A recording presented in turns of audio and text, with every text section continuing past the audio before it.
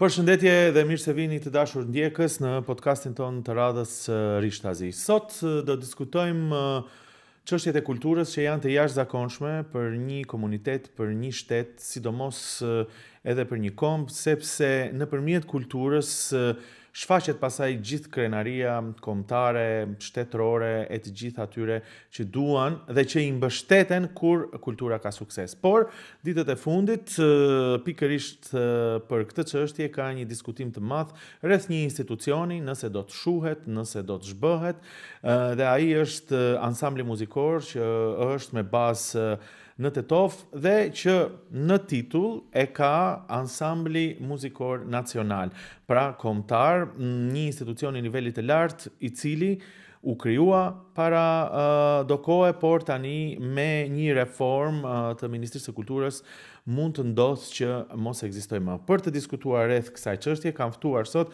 Blerim Qamilin, që është drejtori i ansamblit muzikor. Faleminderit që je pjesë e këtij podcasti. Do diskutojmë pak për atë se çfarë ndodh, dhe Agona Çupi, që është dirigjente, një nga njerëzit ton sigurisht specialiste për këtë çështje, do të tregoj detajet e shkollimit të saj, por edhe njëkohësisht gazetare kulture, dhe pikërisht do të kisha dash ta diskutojmë këtë çështje përtej muzikës, sepse edhe aty ti ke çfarë të thuash. Faleminderit që je pjesë e këtij podcasti. Faleminderit shumë, ndiem Kam një peng që ti je sot këtu për të folur për këtë çështje, por do ta them në fund cili është pengu, por gjithsesi faleminderit edhe një herë. Tani, për ata që nuk e din, do ta filloj me të dy, se të dy keni qenë pjesë e këtij institucioni, por me drejtorin, me që është këtu i pari. Çfarë institucioni është për ata që nuk e din ansambli muzikor? Nazim, fillimisht duhet të falenderoj shumë gazetën tuaj, edhe podcastin tuaj të ndjekur për vëmendjen e veçantë që i kushtohet këtij institucioni dhe kulturës në përgjithësi. Do t'ju vë në dijeni se e kam ndjek podcastin tuaj, sidomos me zonjën Inva Mula, dhe kjo është gjëja më e bukur e gazetarisë në Republikën e Maqedonisë që interesohet për kulturën dhe institucionet tona. Tani, ansambli muzikor Tetov është një institucion nacional i themeluar në vitin 2023, i cili për bazë në statutin e saj përfshin aktivitetet të muzikës profesionale, ose siç e njohin më gjerë qytetarët, muzikës klasike.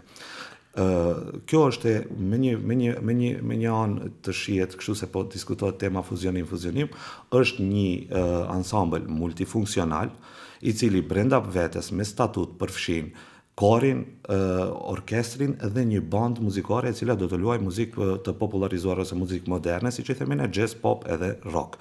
Ja që ta thjeshtëzojmë për njerëzit. Pra bëhet fjalë për një institucion muzikor i cili me bazë është në Tetov, dhe do të përfshi instrumentist, muzikant, këngëtar, profesionist, për të krijuar një institucion që quhet ansambli muzikor.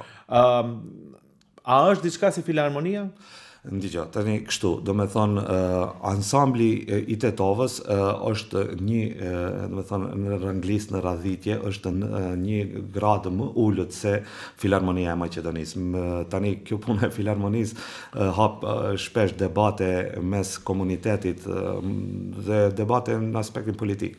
Tani, shive, ansambli i Tetovës ndoshta në të ardhmen mund të bëhet një filharmoni, por edhe synimi ndoshta është i tillë. Po megjithatë, për fillim ne duhet të themi se ky ansambël është një shablon tipik i një ansambli në Irlandë, në Gjermani, në Slovaki.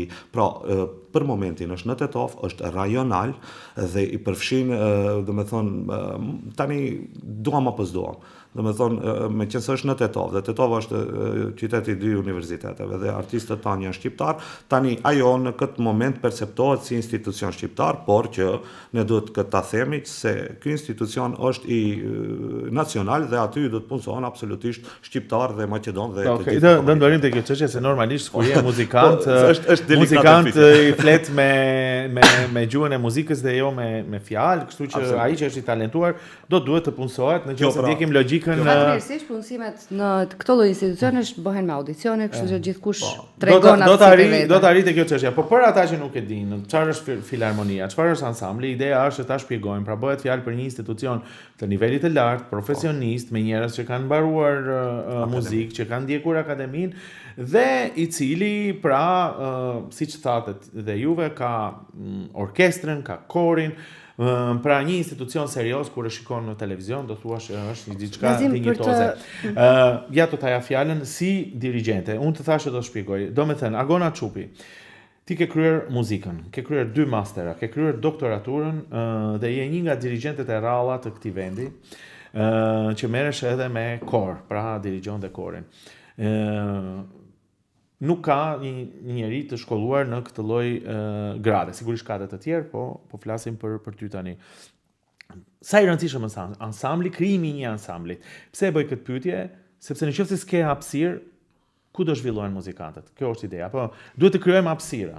Dhe kjo është realisht thelbi i përgjigjes, por ajo që doja të shtoj është në lidhje me rangimin e institucionit, sepse në fillimet e institucionit unë isha antare e bordi gjatë themelimit dhe shumë e involvuar në lidhje me rregullimin e statutit, me rregullimin e shumë dokumentacioneve bazë të cilat janë të nevojshme për këtë lloj institucioni. Kështu që më duhet patjetër për hir të së vërtetës, sepse sot tham që do i themi të vërtetët, të theksoj sepse ideja e këtij ansambli ishte teatr muzikor dhe ai ishte model i marr jo më larg se nga Bullgaria.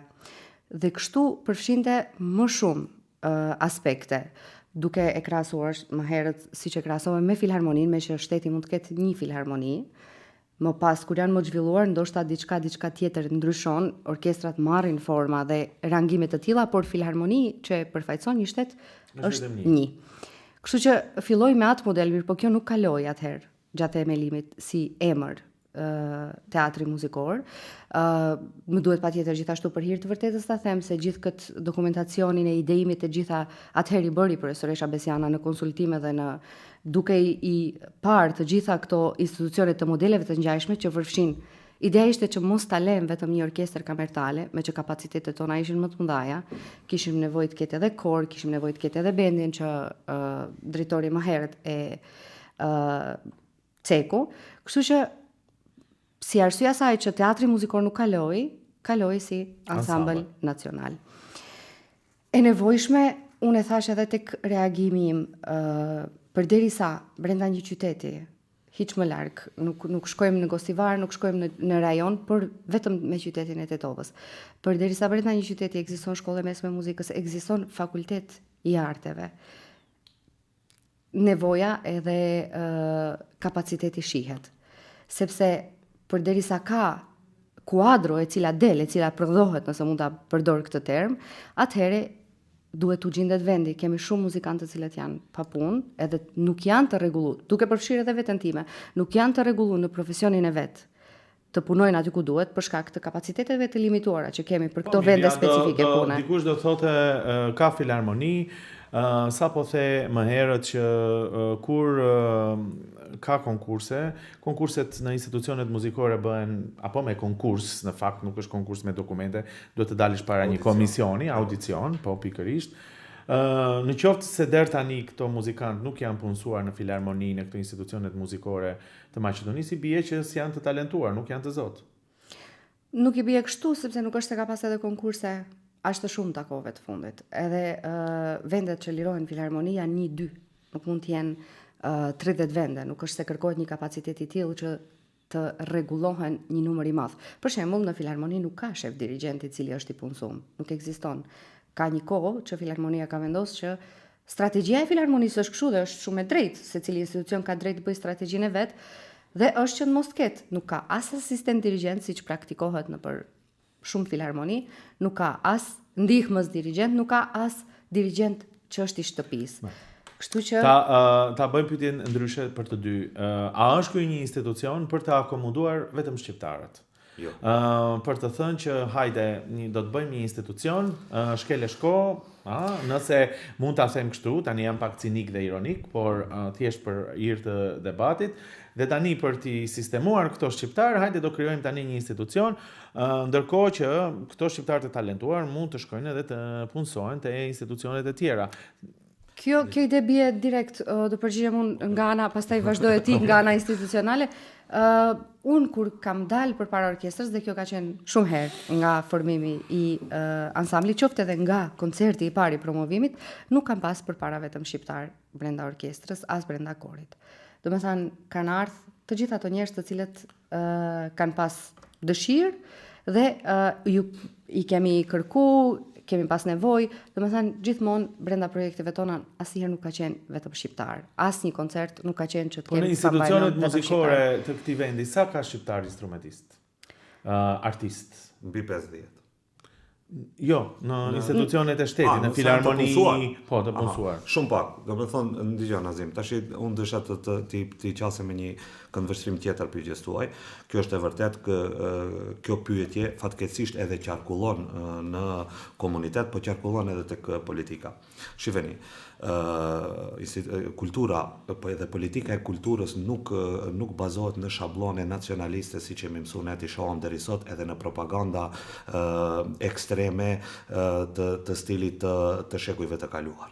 Do me thonë, çfarë dua të them me këtë? Ne jemi një institucion në Tetov dhe ne jemi në Republikën e Maqedonisë dhe ne bashkëjetojmë me muzicientë të tjerë.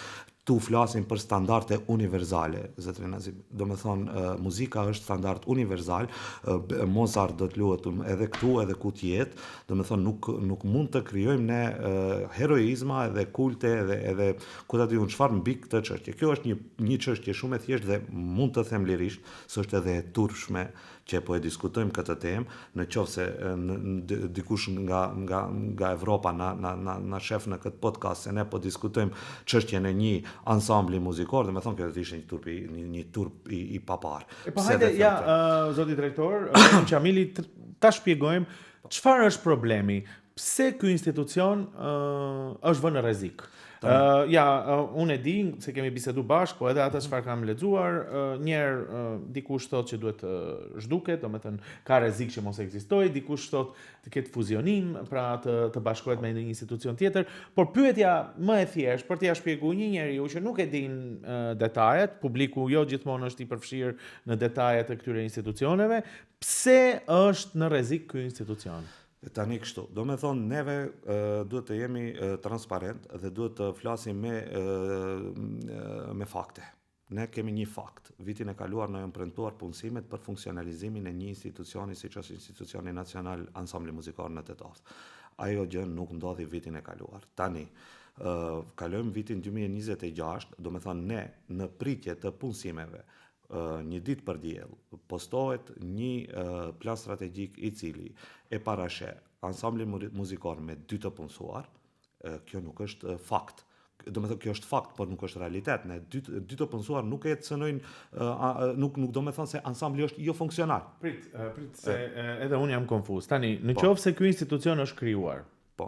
Është krijuar në 2023-ën. Po. Dhe ka titull, e shofun, ka logo, të gjitha gjërat, apo? Sa të punësuar ka ky institucion deri më tani? Tani, do me thonë, momentin që është hap dhe janë hap punësimet në vitin 2024, kanë arrit, do me thonë për shkak se ju e dini, është çështje kohe. Ligji flet me kohën, ligji është ligj dhe ka ato masat. Ta sqarojmë. Tani, ta sqarojmë komplet. Do me thonë, jemi në janar 2024, 26, i marrin pëlqimet, ansambli merr pëlqimet. Ka pas kohë deri në 12 shkurt 2024 që të realizohen ato punësime, kanë arrit të marrin vetëm me tërheqje një administrator i cili është ekonomist dhe një sekretar teknik organizativ. Pjesa e tjetër e ngelur, do me thonë, bie ndërpritet ose pushohet, e punësimeve pushohen, siç e dini ju, për shkak të zgjedhjeve që janë mbajtur në atë periudhë. Do me thënë, në 2023 është krijuar institucioni, praktikisht ministria ka krijuar, apo qeveria, sepse është institucion shtetëror, apo jo.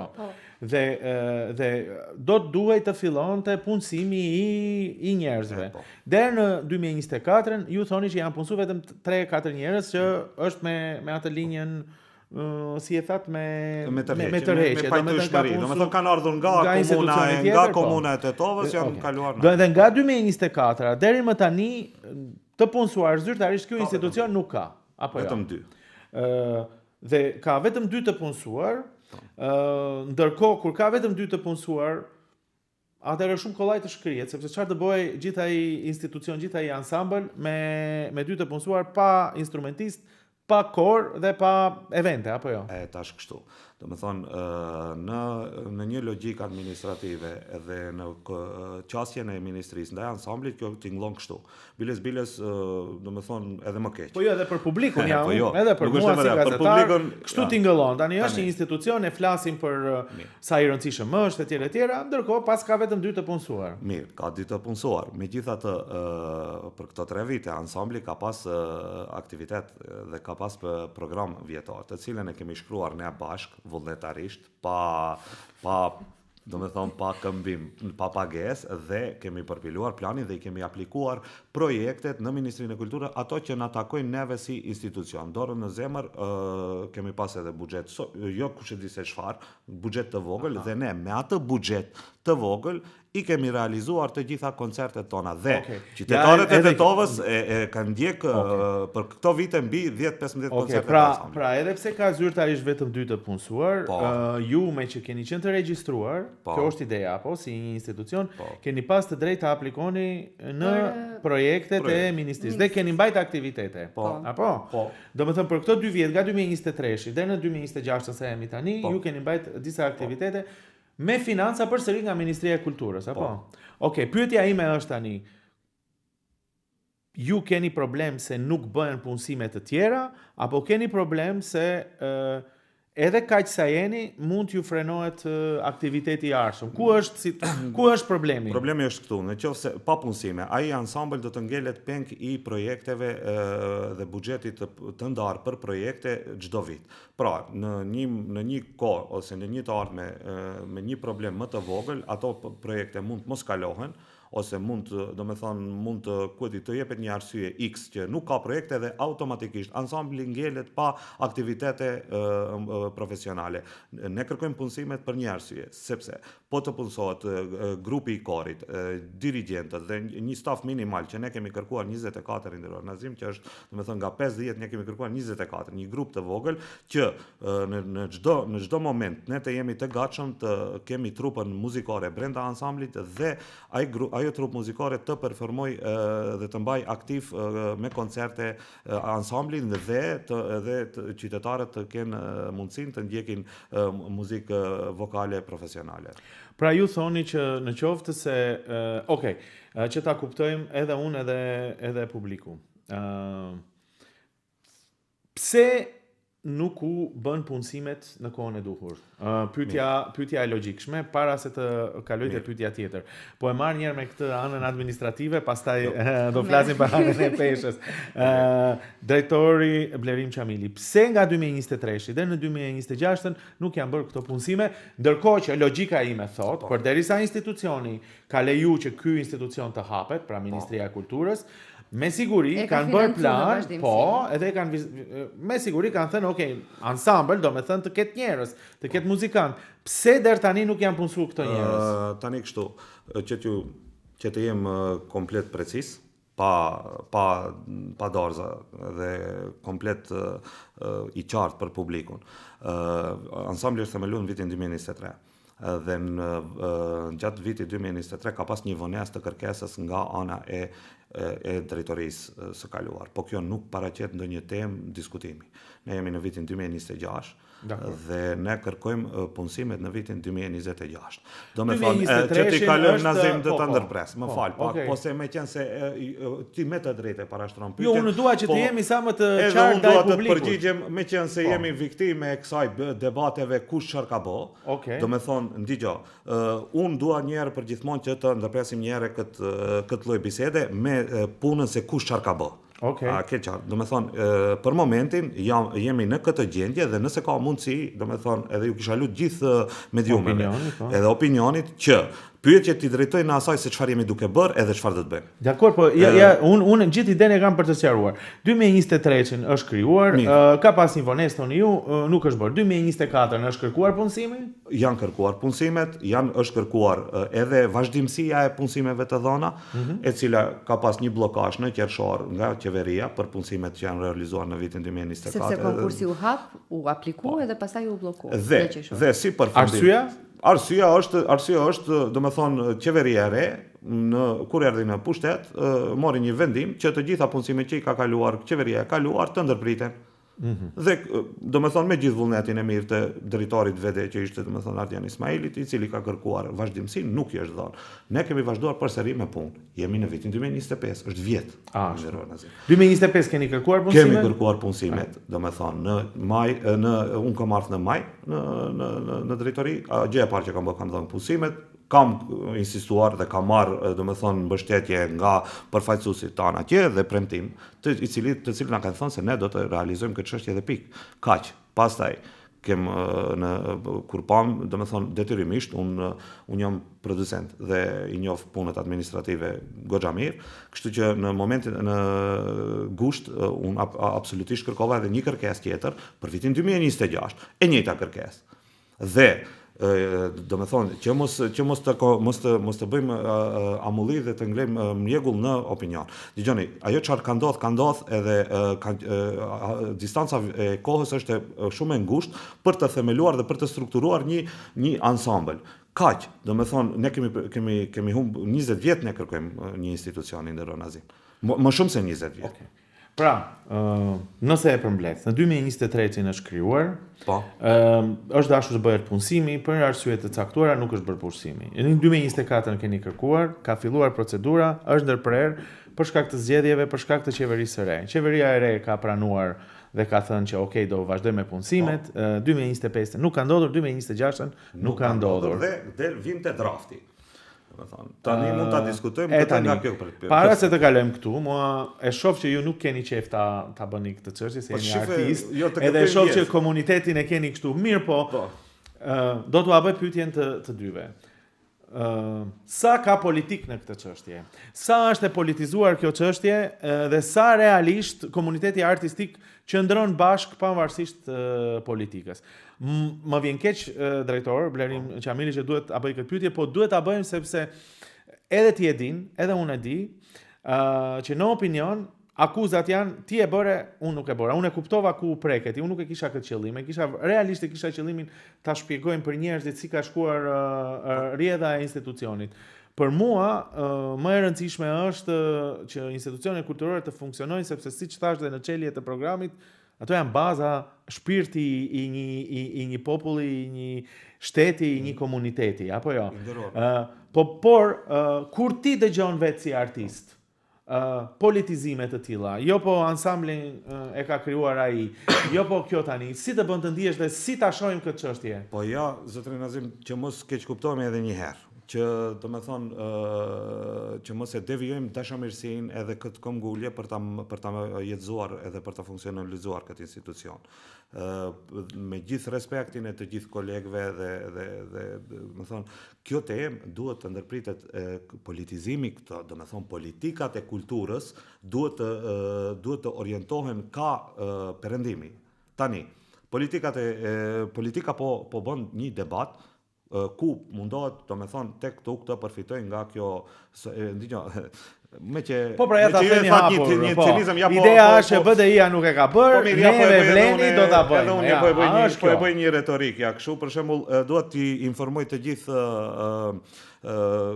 pjesëtarët e politikës, ato të vlenit dhe ato të BDI, sepse këto muzicientët e shkretë, i nderuar Nazim, nuk kanë aq njerëz dhe nuk përbëjnë turm. Kështu që, do me thonë, përderisa nuk përbëjnë turm, nuk përbëjnë edhe një interes në përshtabe. Dhe si të tillë, do me thonë, duhet të shihen me një prizëm tjetër. Për shembull, ja, le të shohim për shembull si disa njerëz aty që kërkojnë të bëjnë muzikë. Kupton?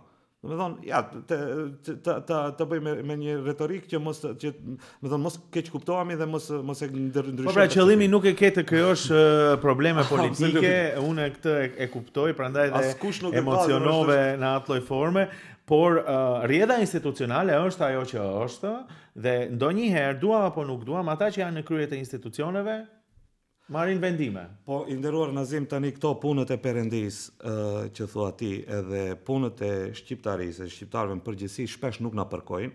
Këto të shqiptarisë janë i çik më komplekse dhe kërkojnë plane strategjike dhe dokumentacion, ndërsa këto të perëndisë zakonisht Perëndia i rregullon vetë dhe njerëzit tanë japën instruksione rreth këtyre çështjeve. Tani, unë dua të flas rreth ansamblit, i cili, do me thonë, si një profesionist, aq sa jemi, do me thonë, unë mendoj se ky ansambël, do me thonë, në draft planin strategjik, dhe këte e ka me fakte këtë mendimin, do me thonë, sot kemi dërguar drejt ministrisë një dokument, përgjigje, e cila kundërshton përpikshmërisht, do me thonë, dhe plotësisht draftin dhe pikpamjen e Ministrisë së Kulturës drejtuar ansamblit muzikal. Ja do t'i kthehem për ta përfshirë Agonën si një nga specialistët që është këtu dhe me që është marrë me që në fillim për këtë çështje, Agona Çupri, se u mora pak më shumë me drejtorin, po për ta sqaruar aspektin administrativ. Më intereson. Ne jemi ekip, kështu që jemi ndjerë bashkërisht me intereson si artiste, si gazetare, si një kontribuese e zhvillimit të aktiviteteve artistike këtu tek ne. Sa e shet të politizuar këtë çështje? Sa e sheh në kuptimin e asaj që politizohet dhe me që dikush e ka nisur, këto që janë tani nuk duan ta bëjnë ose anas jo. Do të thonë nuk kam asnjë tendencë të fajsoj njërin ose tjetrin, por të gjendet një zgjidhje. Po kur sheh politizim, sa është problematike kjo për ty? Unë do t'jap një tjetër këndvështrim, do me thënë do e prekim edhe atë sigurisht. Dihet. Është diçka që dihet edhe ne nuk kemi pse e mohojmë, jo vetëm këtu, besoj në gjithë Ballkanin, që të gjitha institucionet, pavarësisht profilit që i takojnë, ndikohen nga politika, nga vetë fakti që u ndru qeveria, u ndal kjo, u nis ajo, u bë ajo, edhe këto gjitha aspekte kohore varen nga ndrimi i strukturave, do të thotë që ndikohemi nga politika. Pozitivisht, negativisht, mbetet për të parë në të gjitha aspektet. Po ajo që mund të ndaj si artiste është një lloj reagime që më pëlqen shumë këtë kohëve të fundit, që pavarësisht përkatësisë edhe preferencave politike që secili nga ne, secili artist ka, unë për vetë gjithmonë kam zgjedhur të qëndroj me artin, siç edhe e din, ne njihemi më gjatë, sepse e tha edhe Blerimi, qëllimi është që muzika të jetë mbi të gjitha, kultura na përfaqëson pavarësisht kush jemi, si jemi, në çfarë pozicioni, në çfarë lloj qeverie. Ajo që shoh ndryshe, edhe që më pëlqen shumë në gjithë këtë katrahur ta quaj, edhe në gjithë këtë send, është reagimi i artistëve. Që është i bashkuar. Që është i njëjtë. Do me thënë, askush, pavarësisht, ka qenë, ka ardhë, ka shku, ka kontribu, nuk është qeveria ti, është qeveria ti, ka qenë pozicionet larta, pavarësisht politikës, të gjithë, pa përjashtim janë kundër mbylljes së një institucioni kulturor, e kjo më gëzon jashtëmase, sepse është një shkëndi e një mendimi që është përtej politikës, përtej asaj. Ja këtu do të bëj dhe një pyetje. A mendon që tentativat për të mbyllë, për ta fuzionu, se do ta sqarojmë këtë edhe një herë sakt, po a mendon Agona Çupa që këto tentativat për ta zhbër ansamblin muzikor kanë prapavi politike? Nuk e di. Realisht nuk e di si nëse është e drejtë të vinë në një lloj përfundimi të tillë, sepse nëse përmendet buxheti i shtetit, mbi cilën unë nuk kam njohuri të mira se çfarë gjendje jemi, nëse përmendet plane strategjike që dikush i ka menduar, edhe nuk është vetëm fati i institucionit tonë, flitet për 11 institucione tjera në këtë plan strategjik, që për mua është një lloj tragjike. Neve na djek më shumë e jona, sepse kemi kontribu më shumë, si shta Blerimi kemi bërë në baza vullnetare një pjesë shumë të madhe të gjërave, edhe jemi të përfshirë më shumë, si emocionalisht e si profesionalisht në gjitha aspektet. Por, për mua është një soi tragjike çdo lloj shkrirje, sepse shkrirja është barazi, do ta sqaroj edhe drejtori vet, me mbyllje, me zhbërje. Ja, do ta Por çdo lloj mbyllje është tragjike, realisht çdo lloj mbyllje e një institucioni kulturor është tragjike. Nuk e di me çfarë prapavije është bërë kjo strategji, nuk do ta dim, sepse besoj se strategjia është më afatgjate, mbetet për tu parë, po nëse është e tillë, nuk do t'ishte e drejtë. Po ja, unë vëre edhe një që tjetër që në debatet që bëhen, thuhet që ata tjerët e kanë fajin që se plotsun, që se bën deri në fund, na lan ne si bar, dhe tani për shkak të barrës që na është lënë, ne ndeshemi me këtë problem. Po, nuk është zgjidhja e problemit më e mirë që të zgjidhet se sa të zhduket problemi? Po nuk është bar kultura marzetrinazim, nuk është, nuk e kishte në aspekt. Bar për shembull, a e kupton se unë e kuptoj se domethënë tipo na formulon atë që është, edhe ashtu është diskursi, por kultura nuk është bar. Do thonë punojësit artistët nuk janë ngarkesë, nuk ngarkojnë artistët as buxhetin as shive, domethënë ju e dini më mirë se unë, ju jeni edhe gazetar me përvojë dhe e keni ndjek çdo lloj politike dhe zhvillimi politik. Sa administratori flen nëpër bodrumet e institucioneve ndërkohë. Domethënë janë në pyetje 15 ose më fal 25-50 artistë. Kupton? Është një institucion kulture, i cili, domethënë, tash me fuzionimin që u bë Ministria e Kulturës dhe Turizmit, që ndroi, domethënë kjo është ka nevojë të dy fish, nëse deri dje ka pas nevojë vetëm si komunitet dhe si qytet Tetova, tani ka nevojë se është edhe përfshirë edhe në turizëm. Domethënë është shumë paradoksale. Besoni se është shumë paradoksale. Ja, edhe për ta mbaruar pyetjen dhe pastaj do të pyes çdo me thën fuzionim dhe çdo me thën zhdukje, se kështu kur thon fuzionim nuk thot nuk nënkupton, por nuk nënkupton bash se do zhduket institucioni. Por Agona, si një vrojtuese e aktiviteteve kulturore por edhe shoqërore, megjithatë çfarë bën ti? Megjithatë tendenca e debatit që ata tjerët e kanë pas fajin dhe ne tani na ula përgjegjësia për ta zgjidhur. Dhe mjaftohet vetëm duke thënë që kush është fajtori, nëse është, nuk ka lidhje. Si e shikon nga ky aspekt, a kontribon në zgjidhjen e çështjes apo thjesht është sa për të diskutuar? Është një shpërqendrim. Domethënë, nëse dikush ka disponim për të zgjedhur, punon në zgjidhje, jo në gjetjen e fajtorit. Kjo nuk është filozofi e madhe, domethënë nuk vlen veç për kulturën, për çdo lloj zgjidhje problemi.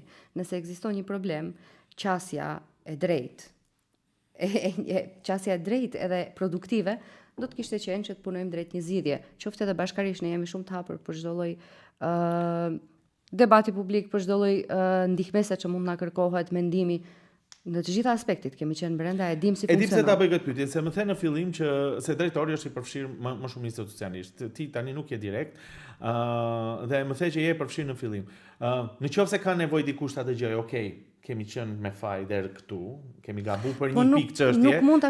Nëse ka nevojë, po hajde ta zgjedhim. A nuk duhet edhe kjo logjik të thotë, okay, ja deri këtu kemi pas këto gabime, nuk e kemi bërë, po hajde si ta zgjedhim. Ne edhe kjo na mungon apo jo? Po pra, po kjo është ajo që them. Domethënë, ne mund të diskutojmë, edhe nuk e di çfarë krimi faj ka qenë, nëse ka qenë, edhe nëse ka qenë fillim, shumë ne jemi të ri me institucione, në përgjithësi jemi të ri me institucione.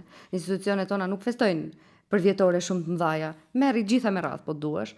Domethënë nuk është se kemi ndonjë përvojë të jashtëzakonshme nëpër institucione dhe nuk shoh që të ketë qenë, nëse ka qenë një gabim, nuk e di vonesa, çfarë lloj gjë që të ketë qenë. Pse nuk është rregulluar brenda 2-3 viteve? Pse nuk është përgjigj më shpejt herë të tjera? Se kërkesë drejtori ka bëu edhe 2 herë, 3 herë mbas asaj. Pra lirisht mund të thuhet, okay. Shumë pak e rëndësishme sepse ka pas mundësi që ajo. Jo pak e rëndësishme, kjo është komplet defokusim ndaj problemit që, domethënë problemi. Po kjo është realisht edhe çështjes bazë, kjo është institucioni nacional, ansambli muzikor Tetov, kaq. Kjo, domethënë ky lloj debati është po aq i dëmshëm sa plane. Për fat të keq ju jeni artist, po jeni edhe pjesë të shoqërisë. Ne në këtë periudhën e fundit të debatit shoqëror këtu, ku përfshihet politika, arti dhe gjithçka, më shumë kemi diskutuar kush e ka fajin për çka, sesa po diskutojmë si t'i bëjmë gjërat më mirë. Dhe ndoshta edhe ju jeni viktime e këtij mentaliteti, po për fat të keq e vëmre këtë apo jo. Për këtë temë në ndonjë debat tjetër do të isha kyçur me gjithë qejf, po në këtë moment nuk dua që të mos keq kuptohemi. Ajo që më gëzon, debat emisioni juaj është shumë i ndjekur dhe nuk dua të lejoj në asnjë mënyrë që dikush ta keq. Ajo që më gëzon, pavarësisht se është kultura dhe siç e thatë edhe ju ndoshta dikush nuk e shef të rëndësishëm, është që ju jeni dy artistë që ndoshta keni backgrounde të ndryshme, por vini këtu dhe diskutoni për të gjetur një zgjidhje për një problem që e shikoni që duhet të zgjidhet. Siç e kemi pas qasje nga fillimi. Ata që nuk e dinë ose nuk e dinë në thojza, ti je një drejtor i Vlenit dhe njëkohësisht i thua problemet sepse janë reale, nuk ka lidhje kush se çfarë ka qenë, nëse është diçka që duhet të zgjidhet. Dhe tani prandaj duhet të të pyes edhe një herë. Për ta sqaruar një herë çështjen. Përmendet fjala fuzionim, pra e disa herë përmendëm, që fuzionim do të thotë që ky institucion ti shkrihet një institucioni tjetër ose ti bashkohet një institucioni tjetër. Nëse është kështu, a është një zgjidhje? Shive, këtu është dy terme ka, fuzionim dhe racionalizim. Tani nuk mund as të fuzionosh, as të racionalizosh një institucion të cili nuk ja ke dhënë mundësi një herë ta shohësh se si do funksionojë. Se domethënë kjo nuk u funksionalizu, po ta racionalizojmë ose ta fuzionojmë. Fuzionimi nënkupton që është ansambli muzikor dhe është një institucion X. Që do ta marrim shembull Pallatin e Kulturës. Momenti i fuzionimit e zhduk njërën, ose e zhduk ansamblin si term, si institucion, ose e zhduk Pallatin e Kulturës. Po ja prit. Tani përsëri me pyetjet e logjikshme, drejtor. Nëse ansambli vihet në kuadër të Pallatit të Kulturës. Kjo i bie kush duhet ta financoj? Përsëri ministria? Përsëri ministria financon, por është problemi i kategorizimit. Do me thonë, me një vlerë më të vogël. Absolutisht i bësh një repart brenda një institucioni, një sektor i thjesht, plus asaj që është një shqetësim shumë i madh se si do të funksionojë ai ansambël me drejtor artistik. Drejtori artistik është me vendim, zgjidhet një njerëz dhe aty do bëhet pastaj, do të thonë, si më thon kështu, ngelet pengi një njeriu, një individi, ndërkohë që muzika, arti në përgjithësi kërkon kreativitet dhe kërkon ndryshim. Do me thënë nuk do të jetë funksionale, thonë. Absolutisht. Jo, edhe s'do të jetë funksionale, por edhe do të ul rëndësinë e institucionit edhe rëndësinë për të cilën është ekziston një institucion i tillë. Ja pyetja tjetër, nëse do të ishte në kuadër të shtëpisë së kulturës, apo të qendrës së kulturës, dhe financohet nga Ministria e Kulturës, a do t'i bëj Ministria e Kulturës punësimet që ju kërkoni? E tani kjo është a do t'i bëj hipotetikisht, do me thonë nuk është bërë, ja ta marr kështu. Godina e teatrit të Tetovës është 20 vjet nën kompetencat e Pallatit të Kulturës ose Ilia Nikolovski Luis, si doni quani. Edhe tani mua për shembull nga ky moment hipotetikisht po më krijohet një përshtypje se edhe 20 vite të ardhshme nuk do të ketë një trup artistike muzikore brenda saj. Cila është zgjidhja? Çfarë kërkoni ju atëherë? Ja se munduam ta sqarojmë deri në detaje edhe për ata që ndoshta nuk e dinë detajin, po esenca është e thjeshta, apo është krijuar një institucion, është tentuar të punësojë njerëz për arsye të zhvillimeve të caktuara, këto punësime nuk janë bërë dhe tani pas 3 vjetësh ideja është që ky institucion mund mos ekzistojë, qoftë me fuzionim, qoftë mund mos bëhet fare. Zyrtarisht ka 2-3 të punësuar, artistët e tjerë kanë funksionuar por me projekte. Pyetja ime është, çfarë kërkoni ju? Çfarë kërkoni ju edhe thoni direkt, për shembull, cila do ishte zgjidhja ideale sipas jush? Zgjidhja ideale, Nazim, bëhet me një plan, me një ide fikse se çfarë kërkojmë dhe ku duhet të shkojmë. Tani kështu, plani e shef ansambli njësoj siç e kemi komentuar deri tash dhe ju me plot të drejtë keni të drejtë i parashtroni ato pyetje se çfarë u bë, si u bë, tek u bë. Tani problem, ne kemi një çështje për ta zgjidhur dhe ajo çështje ka baza dhe metoda të strukturuara, të caktuara me ligj, me klauzola, me shabllone nga përvoja të tjera, përvoja të tjera, se ne nuk shpikim asgjë i nderuar. Po çfarë kërkoni? Ja konkretisht. Ne kërkojmë fiks kështu, domethënë kërkesa është shumë e thjeshtë. Të ndroj qasja e planit strategjik të Ministrisë së Kulturës ndaj ansamblit muzikor Tetov edhe ato për disa arsye. Arsyeja numër numër 1 është se ansambli është e vërtet se ansambli ka 2 të punësuar, por kjo nuk e bën jo funksional. Ansambli ka funksionuar për këto 3 vite me projekte, me koncerte, edhe mund t'ju them lirisht se ne kemi pas koncerte shumë të bukura, më të bukura që janë bën ndonjëherë në qytetin e Tetovës. Bile edhe nëse marrim edhe në qytete tjera ku doni, edhe me profesionistët më të mirë që ne kemi. Ne kemi grumbulluar ato si bletët në atë institucion aty dhe kemi realizuar një koncert me muzikë të popularizuar në Qershor. Ne kemi realizuar një koncert me violinë dhe orkestrat me zotëri Xhafer Xhaferin, i cili na erdhi nga Filharmonia e Berlinit. Ne kemi realizuar pas 20 viteve, i cili nuk i kishte nxjerr, nuk jashtë dhënë mundësia ose nuk ka pas kohë ose nuk e di çfarë dush thuj, 20 vjet ka performuar në Tetovë dhe ai ka ardhur për herë të parë në Tetovë në tetor. Ja, për ata që nuk e dinë, është një muzikant i nivelit botëror që është nga Tetova, që është nga Maqedonia, që është shqiptar. Dhe për hir të së vërtetës është dëshmitare dhe Agona dhe jemi dëshmitar gjithë ne si ekip aty brenda se ai na ka ofruar mbështetje dhe përkraje të nivelit të tij. Do me thonë, kjo është absolutisht një fat i madh për ne, që ta përfundoj Nazim me këto aktivitetet tona. Ne kemi pas koncert me këngë korale maqedonase, e dirigjuar nga kolegja jonë Jasmina Gjërgjevska Karo, e cila ka realizuar një koncert me vepra muzikore korale maqedonase të mbajtur në Muzeun e Tetovës, me një publik relativisht të madhe dhe ka qenë një koncert i diskutuar gjërë në Tetovë. Kemi realizuar të pikën e nacionalitetit. Pastaj ne kemi realizuar edhe një koncert me kitar, flaut dhe orkestër ku ka ardhur, aty kanë performuar artistët tanë si nga Kërçova, tani mos i personalizoj, dhe kemi realizuar koncertin e nëntorit me formacion simfonik, me artist shqiptar dhe jo vetëm, ka pas edhe koleg tanët Maqedonas të papun, kujdes. Do me thonë të papun, po edhe të punësuar, të cilët kemi realizuar një koncert të bukur siç ishte koncerti i festave të nëntorit. Tani, aktivitetet keni pasur, disa i kam ndjekur, pa e ditur elementet institucionale. Pra po ta bëj pyetjen shumë direkte, drejtor Blerim Qamili. Si mendon të zgjidhet kjo çështje? Çfarë kërkon prej Ministrisë së Kulturës? Në Ministrinë e Kulturës ne kemi edhe përfaqësues shqiptar. Çfarë kërkoni prej atyre? Çfarë doni? Thoni, domethënë, dua ta dëgjoj kështu konkretisht, si të zgjidhet kjo? Punësimet, pikë. Kjo është një, nëse doni ta sqarojmë metodologjinë, mund. Pikërisht, tani, t'ju kërkoni punësimet, i keni kërkuar ministrit dhe vendas ministrit, punonjësve tjerë në Ministrinë e Kulturës këtë çështje, ata nuk e din këtë problematikë? Po, e din. Atëherë, çfarë thonë? Do me thonë, unë se ndigjova,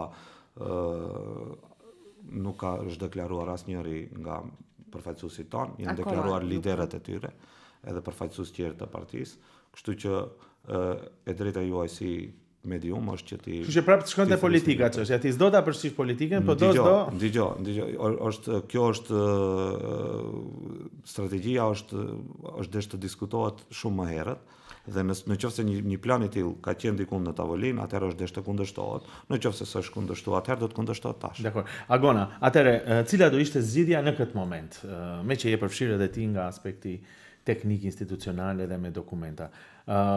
Sepse vendimet nuk janë marrë, është vetëm ide, është një strategji, apo që tentohet të fuzionohet, të shkrihen këto që i diskutuam.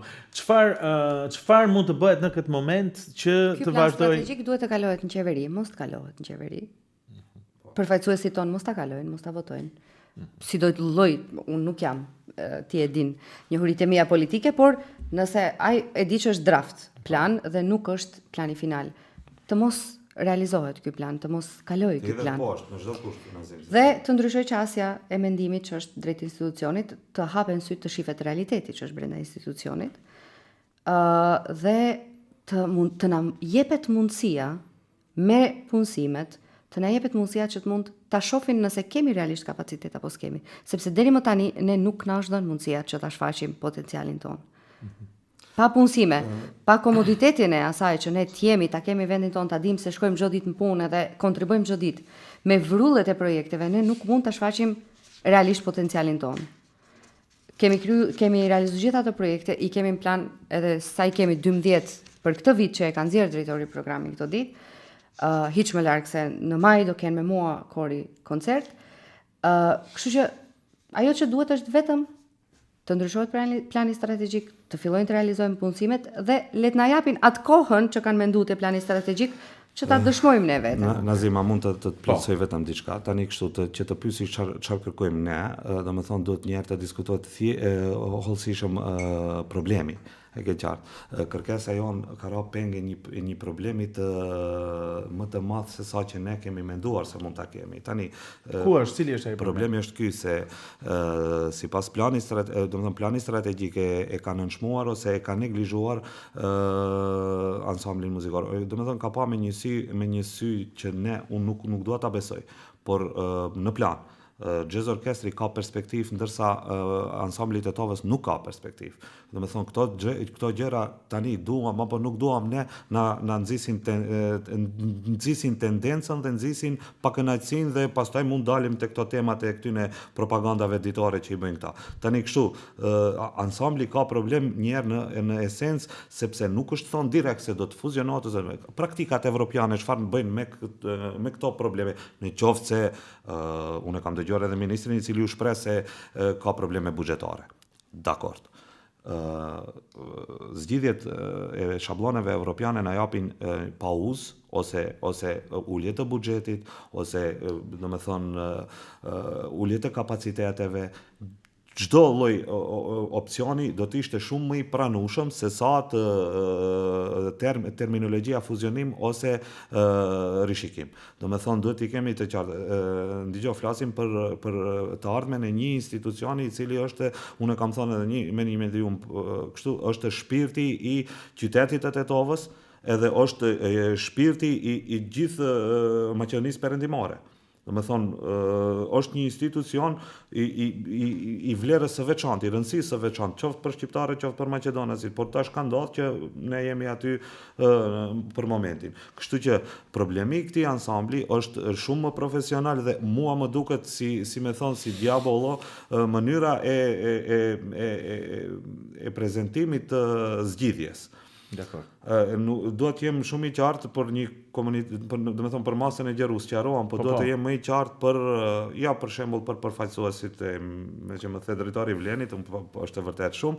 Unë dua ta sqaroj përfaqësuesit e mi atje ku janë, që ky problem është problem më i thellë i cili kërkon një rishikim brenda neve se çfarë pretendojmë ne të bëjmë në të ardhmen me kulturën dhe çfarë ne ofrojmë si zgjidhje.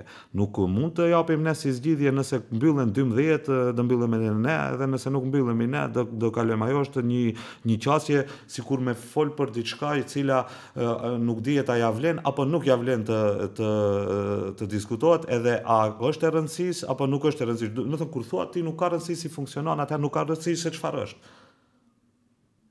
Mënyra si funksionon është e lidhme me identitetin e atij. Absolutisht, domethënë nuk mund. Shikoj Nazim, kjo është si më thon, është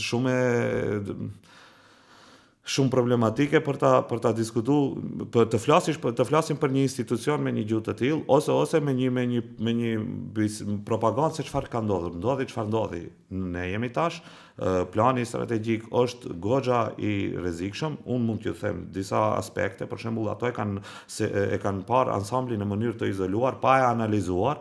Domethënë pa analizuar ansamblin si çfarë ka bërë ansambli. Domethënë këto 3 vite nuk është e vërtetë se ansambli nuk ka funksionuar fare. Domethënë të gjithë ato që pretendojnë të punësohen te ne kemi angazhuar me kontratë në vepër që tani për hir të buxhetit dhe për hir të procedurave administrative unë ju kam dar aq sa kemi pasur, e kemi nda domethënë e kemi nda bashkë. Kështu që ato janë të angazhuar vazhdimisht. por është edhe jo e sinqert që ta marrësh ta angazhosh një herë, dy herë në vit, edhe pastaj komplet puna më varet prej atij grupi dhe në fund ato përballen me një pesimizëm dhe pikpyetje të madhe. Shifeni, edhe të jem edhe një gjë shumë sinqert dua ta them këtu te ju. Unë atë ditë që është postu drafti unë se kam pa.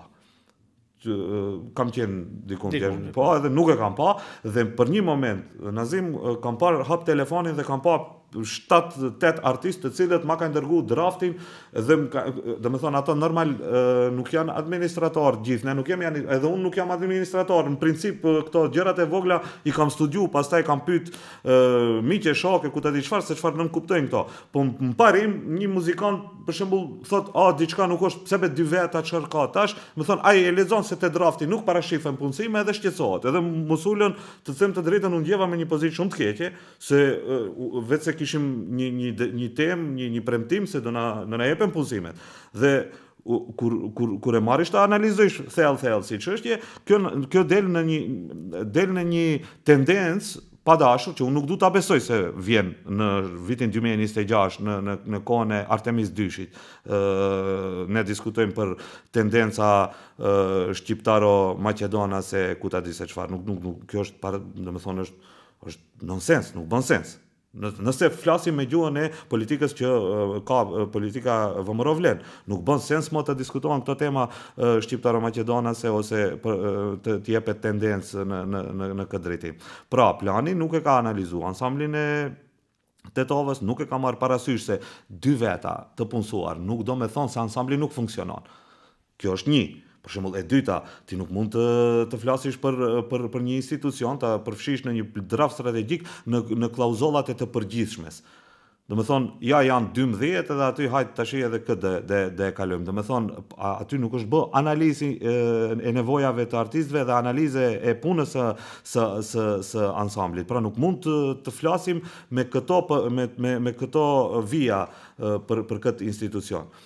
Problemi tjetër që problematizohet është pastaj a mbyllet, a zhduket, a punësimet. Dgjoj, Nazim. Nëse atëherë e parashtrojmë në këtë drejtim këtë temë, atëherë le të mos i lëshojmë punësimet.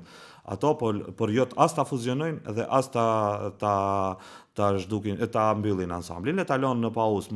Nëse ka ndonjë krizë ekonomike që nuk mund ta përballojë ministria, le ta lënë në pauzë, ne do të funksionojmë me këto buxhete. Po, le ta lënë kështu, por ja le ta heqin nga drafti terminologjinë fuzionim ose rishikim. Pra, ju kërkoni normalisht punësime që ky institucion të funksionojë të marrë jetë, nëse kjo nuk ndodh për arsye të ndryshme, më mirë të mbese kështu siç është, dhe ju do aplikoni me projekte dhe gjëra do vazhdoni, sesa të zhduket fare. Kjo është ideja. Jo, të zhduket ose të domethënë të fuzionohet ose të reorganizohet. Pyetja ime e fundit për juve është, a mendoni që edhe do them edhe një gjë tjetër për ty Blerim Çamili. E përmenda se je drejtori i Vlenit, jo me dashakeqësi. Jo, vetëm për ta sqaruar, sepse është ndër herët e para që si gazetar, si vrojtues i shoqërisë, po shikoj një reagim për te politikës, por me qëllim për të zgjidhur një çështje. Dhe kjo më gëzon shumë, sepse në shoqërinë tonë, kohëve të fundit, ne të gjitha gjërat kemi filluar të shohim paradhezi. Artistët janë pararoj, uroj që ju të jeni pararoj dhe të jeni një sihariq që çështjet që i kemi si probleme, t'i shohim bashkërisht dhe t'i zgjidhim dhe jo të mbesim në atë narracionin kush e ka fajin, kush e ka fajin. Ky ishte qëllimi pas një dashakeqësi ose me idenë që dua të vë të keq. Domethënë kjo ishte për ta sqaruar. Edhe unë jam drejtori i Vlenit, domethënë këtë duhet ta potencoj këtu. Unë jam drejtori i Vlenit, por institucioni nuk është pronë jona, i nderuar. Domethënë institucioni është publik, është për të mirën e gjithë qytetarëve dhe këtu politika duhet, në qoftë se ka dëshirë, mund vetëm të flasë në aspektin e zhvillimit të saj, jo në propagandë ditore të ja ulim nivelin e bisedës edhe pastaj të bëhet muhabet kot që devalvon në për trujesa. Prandaj në fund dua t'ju pyes, a mendoni që politika do ju dëgjojë? A shpreson që politika do të ja drejtori pastaj ti në fund. Unë me aq sa i njoh dhe mirë, do t'jem shumë më i drejt për drejt. Me aq sa shoh për shembull vullnetin e madh të zotëri Kasamit, i cili vazhdimisht flet për punë. Do me thonë, unë dua ta informoj nga kjo studio jote se në ansamblin e Tetovës është bërë punë dhe duhet të ketë një qasje më profesionale, aq më shumë që përfaqësuesit në Ministrinë e Kulturës i vinë nga partia e tij. E njëjta gjë, të njëjtën gjë duhet ta them edhe për zotërin Izzet Mexhitin, i cili është njohës i mirë i politikave dhe zhvillimeve në Maqedoni, dhe mendoj se nuk duhet ta lë në heshtje dhe nuk duhet ta lë në mëshirë të fatit. Ai dhe këta e kuptojnë shumë mirë se për çfarë jam duke fol. Nuk jam këtu për të bërë as herojn, as mbrojtësin e ndonjë politike. Këtu jam për të dëshmuar dhe për të dhënë një mendim me fakte rreth një institucioni i cili po tentohet të shuhet në heshtje, dhe ata unë nuk besoj se do ta lejojnë, po jo vetëm ata, edhe zotri Mickovski, cilin doni ju. Do me thonë është absurde, e kam thënë në një emision televiziv tjetër, e them edhe këtu për të dytën herë për ta potencuar. Është absurde që një humanoid ose një njeri në planet të angazhohet për të shuar një ansambël muzikor. Do me thonë, është jo humane, a që bie komplet në kundërshtim me praktikat evropiane, këtë mund ta diskutojmë nëse ke edhe një orë tjetër. Një herë tjetër, Agona. Unë prapë doja hapa qasjen artistike që nuk e di nëse do dëgjohen fjalët tona, nuk e di nëse do dëgjohen reagimet e artistëve, uroj realisht të merren seriozisht, duke marrë parasysh që artistët rrallëherë reagojnë me fjalë, rrallëherë dalin publikisht edhe thonë sende sa i përket problematikave që lidhen me shoqërinë, por një send tjetër që kam dashur shumë moti ta them, edhe shumë mirë që është kriju këtu hapësira, është që i ftoj të na dëgjojnë në koncert. Asnjëherë nuk na vinë për koncerte. Kështu që nëse dyshojnë, nëse punojmë, nëse dyshojmë, nëse kemi kualitete, ajo që unë i kisha ftu personalisht, të gjithë pa përjashtim, është të fillojnë të vinë koncerte, të vinë teatr, të vinë për galeri, edhe të shohin se sa funksionale janë këto. Ta përjetojnë se sa funksionale janë këto, sepse kjo ka shumë rëndësi. Si hyn në një koncert. Si hyn në një koncert, Nazim. Edhe si del.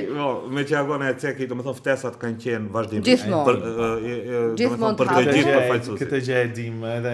Kështu që është mirë, jo për ne, neve koncertin do e bëjmë. Do e shijojmë po e po.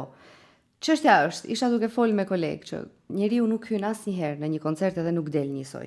Asnjëherë nuk del nga një event kulturor njësoj. Kështu që do kisha dashur ta shijojnë këtë aspekt. Të vinë edhe ta provojnë. Edhe kështu do e dinë nëse jemi të nevojshëm ose jo. Në çdo event shoqëror, politik, gjithmonë ftohen artistët, jo rastësisht. Apo, do me të nuk mundet pa artistët, po nga ana tjetër, në kësa radhe, si pas jush, duhet të ketë një mbështetje pak institucionale, dhe me që ka kohë, mund të veprohet që kjo mos të ndodhë. Debati publik është më datë 26, i nderuar Nazim, të informoj këtu, që më datë 26 Kjo ishte ideja e qëllimit dhe prandaj bëra pyetjen, a mendon që politika në këtë rast, me që po diskutohet, do ju dëgjoj edhe cilën do formë ta zgjedhin, qoftë me fjalë, qoftë me koncert, besoj se do dalin ndryshe. Dakord. Unë ju falenderoj që ishit pjesë e këtij podcasti. Vërtet kisha qëllim si një ardashës i madh edhe ta sqarojmë anën institucionale, por edhe anën reale, dhe do ta them edhe një herë, më gëzon shumë që po jepni një mesazh që kur ka probleme, në fakt duhet t'i zgjedhim së bashku dhe jo të vim në ceklin, ose të jemi pengë atij ciklit duke kërkuar fajtorin vazhdimisht. Jo se ajo nuk është e rëndësishme, patjetër që është, por ndonjëherë fokusi, ose në të shumtën e rasteve fokusi duhet të jetë vetëm edhe te zgjidhja. Kështu që ju falenderit shumë për gjithë bisedën. Me ty e fillova dhe thash që kam një peng që më erdhe në podcast për një temë problematike. Të dashur ndjekës, në një periudhë shumë të shkurtër ose të afër, Agona Çipin do ta kemi përsëri këtu, por me një çështje tjetër, është ndër artistët e rralla, ndër personazhet e rrallë që unë i njoh, që do të lidh muzikën me shërimin e njerëzve që ndoshta kanë probleme me sëmundjet mendore. Do të bëjmë një podcast të veçantë për këtë, sepse Agona, siç thash, është 2 herë magjistre, është dirigjente, është doktore e shkencave të muzikës, por njëkohësisht është duke studiuar psikologji dhe do ta lidh psikologjinë, sëmundjet mendore me muzikën dhe çfarë impakti ka. Po pra, shqetësimet. Ndikimet, shqetësimet, po. Dhe besoj që do kemi një podcast të veçantë. Shpresoj që nuk do shkosh diku tjetër në fillim të unë, se kështu e kemi diskutuar. Por ka dhënë idenë tani.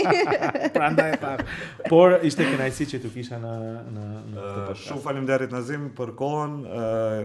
Je ndër të paktët që diskuton këto temat. Faleminderit. Unë mendoj edhe besoj ju do pajtoheni që kultura është shpirti i një komuniteti, i një kombi, dhe nëse nuk kemi vëmendje ndaj kulturës, në fakt ne ashtu kontribuojmë në çbërjen tonë. Prandaj në mbështetja është e madhe dhe në këtë rast mua fare nuk më intereson cila parti do ta zgjidh problemin, e rëndësishme është që ju të performoni. Këtu do ta mbyll se mund të vazhdojmë edhe me parulla edhe shumë më tej. Podcasti jon do të vi sërish të njëjtën deri atë mirupafshim.